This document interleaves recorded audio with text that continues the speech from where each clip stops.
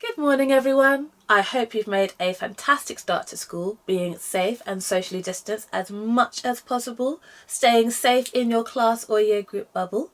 Today we're going to be looking at skills. Now, because we have gone into school, we may have moved into a new year group. It could be a little bit different. I know in my class it's a brand new set of children. We have to collect them in, squirt their hands with sanitizer, make sure they put all their things away. We have to quarantine things. There are staggered lunches. It can be a little bit overwhelming.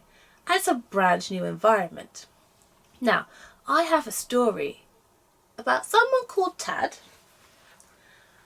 and they found it really hard going into a new environment as well. So let's see how they went on. So Tad is a story by Benji Davies. Tad was a frog. Well, that's not quite true. She was almost a frog. Tad was small, smaller than her Tad brothers and smaller than her Tad sisters. Tad was the smallest, almost a frog, in the whole wide pond. She was so small that she had to wiggle her tail twice as fast as any of the others just to keep up. Keep up, they would say, or Big Blub will get you. Tad had never seen Big Blub. Big Blub, they said, was a great, big, nasty fish. Big Blub swam in the deep, dark, murky part of the pond. He was as old as the mud, they said. He would wait till the sun went in, till all the pond was grey. Then he would glide from the dark patches and gulp. No, Tad did not want to know. She decided to not believe in Big Blub. But just in case, she kept to the shallow, sunny parts of the pond where Big Blub could not get her. And when the sun went in, she carefully hid behind the plants, in hope that Big Blub would not find her at all. Day by day, the tadpoles grew, just like you do. They grew back legs and then front legs. They grew webbed toes. Their legs grew longer, much like yours do. Their legs grew stronger, again like you. Stretching their 4 legs as wide as they could, they felt like they wanted to climb out of the pond. They rushed into the shallow water quicker than you or I could blink. Swoosh, wiggle, swish, swish, wiggle, whoosh. Their tails got smaller and smaller until they no longer had tails at all. We've lost our tails, we've lost our tails, they cheered. All except for Tad. Every night they would find a big leaf and curl up together. But as the nights passed, Tad noticed fewer and fewer tadpoles would curl up with her. 10, 9, 8, 7, 6. Each night, Tad counted her Tad brothers and Tad sisters. 5, 4, 3. Where had they all gone? She didn't like to think. Tad played in the shallows with her last Tad brother and her last Tad sister. You can't catch us, Big Blub, said her last Tad sister, called out into the shadows. But soon, there was just 2. It seems like there's much fewer of us than before, don't you think? Said Tad to her last Tad brother. There they are, just the 2 of them. And then there was 1. But she was strong, and she was clever, and she knew all the best hiding places. Big Blub would never catch her. Oh no! Big Blub! Tad swam faster than she had ever swum before. Then Tad did something she had never done before. She swam up and up and up and up, Big Blub sank back to the bottom of the pond where he belonged, amongst the mud and the ooze, deep, dark and muddy. Blub, blub, blub, blub, blub, blub, blub, blub.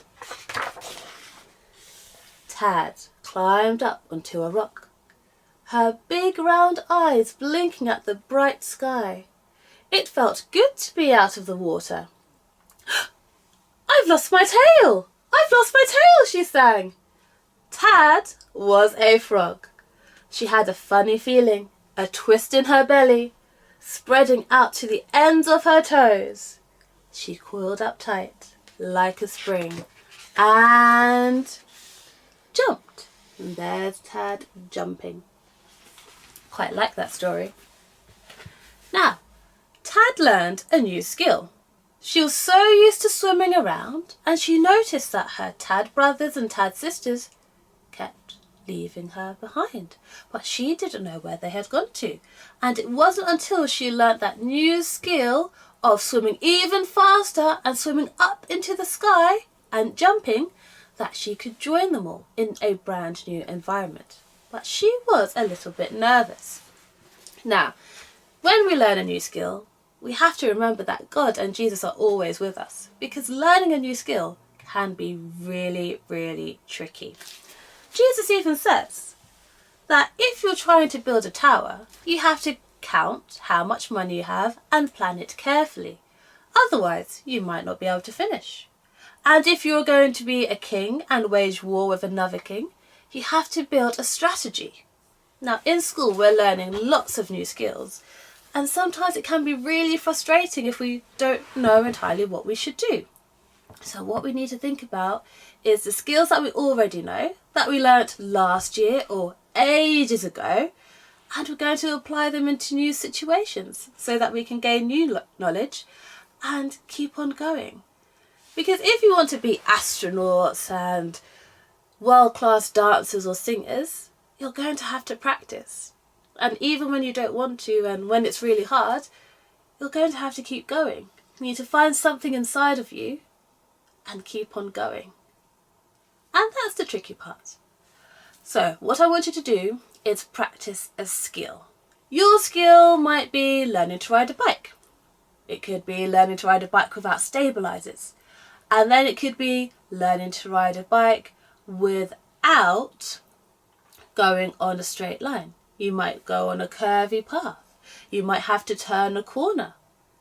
So can you see how the skill level increases each time? Some of you might be learning how to write. And the first thing that most of you learn to write is your name. And as you get older, you get a little bit more neater, start to join the letters together. Some of you might even want to learn how to fold better.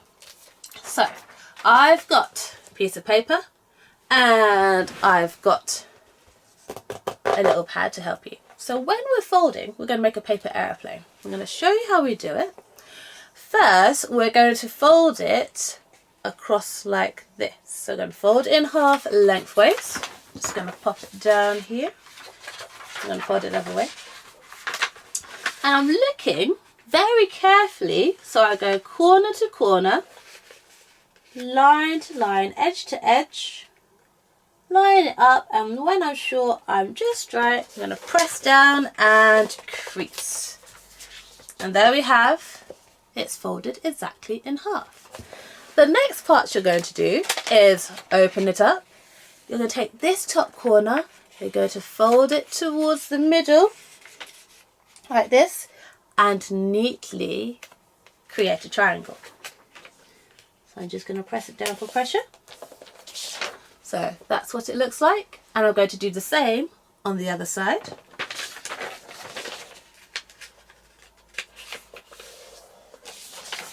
So it looks like this, a bit like a house. Then I'm going to take this corner here and bring it to the middle. So let me fold it so that you can see.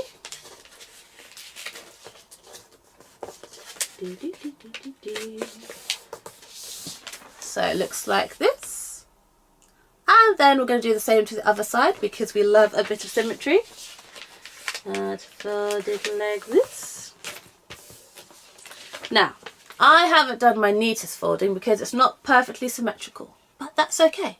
I will get better. Then after we do this part, we're going to fold it in half again, like this. And then we're going to make the wings. So to make the wings, we're going to take this part and fold it down and make a crease. So it looks a bit like this.